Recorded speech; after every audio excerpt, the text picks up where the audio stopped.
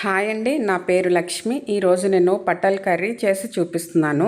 ఇవి చూడడానికి దొండకాయల్లా ఉంటాయి కానీ దొండకాయ టేస్ట్ ఉండదు. ఫస్ట్ పట్టల్స్ని శుభ్రంగా క్లీన్ చేసుకున్న తర్వాత పైనున్న చెక్కుని తీసుకోవాలి. తర్వాత లోపల గింజల్లా ఉంటాయి, గట్టిగా ఉంటే తీసేసుకోవాలి. తర్వాత వీటిని సన్నటి స్లైసెస్ లాగా కట్ చేసుకోవాలి. మనకి ఎలా వీలుగా ఉంటే అలాగా కట్ చేసుకోవచ్చు. ఈ పట్టల్స్ని పరవల్ కూడా అంటారు.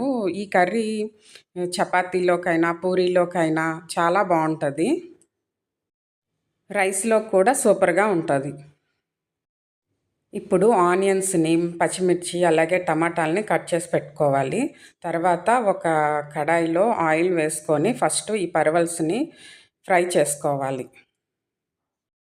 ఇలా వేయించడం వలన ముక్క అనేది సాఫ్ట్ అవుతుంది, కూర అనేది తొందరగా ప్రిపేర్ చేసుకోవచ్చు. వేగిన ఈ పరవల్స్ని ఒక గిన్నెలోకి తీసుకోవాలి. తర్వాత అదే ఆయిల్లో కొంచెం జీలకర్ర అలాగే పచ్చిమిర్చిని వేసుకొని ఫ్రై చేసుకోవాలి. తర్వాత ఆనియన్స్ని కూడా వేసుకొని ఫ్రై చేయాలి. ఆనియన్స్ కొంచెం ఫ్రై అయిన తర్వాత అల్లం వెల్లుల్లి పేస్ట్ కూడా వేసుకొని ఫ్రై చేయాలి. తర్వాత మసాలా పొడులు, కారం, ఉప్పు, పసుపు, ఇవన్నీ ధనియాల పొడి, జీలకర్ర పొడి, గరం మసాలా అన్నీ వేసుకొని ఫ్రై చేయాలి. తర్వాత టమాటాలను కూడా వేసుకొని మగ్గించాలి. ఇవన్నీ మగ్గిన తర్వాత వేయించిన ఈ పరవల్స్ని కూడా వేసుకొని కొత్తిమీరను కూడా కొంచెం వేసుకొని అన్నీ ఒకసారి కలిపి మూత పెట్టుకొని మగ్గించుకోవాలి సిమ్లో.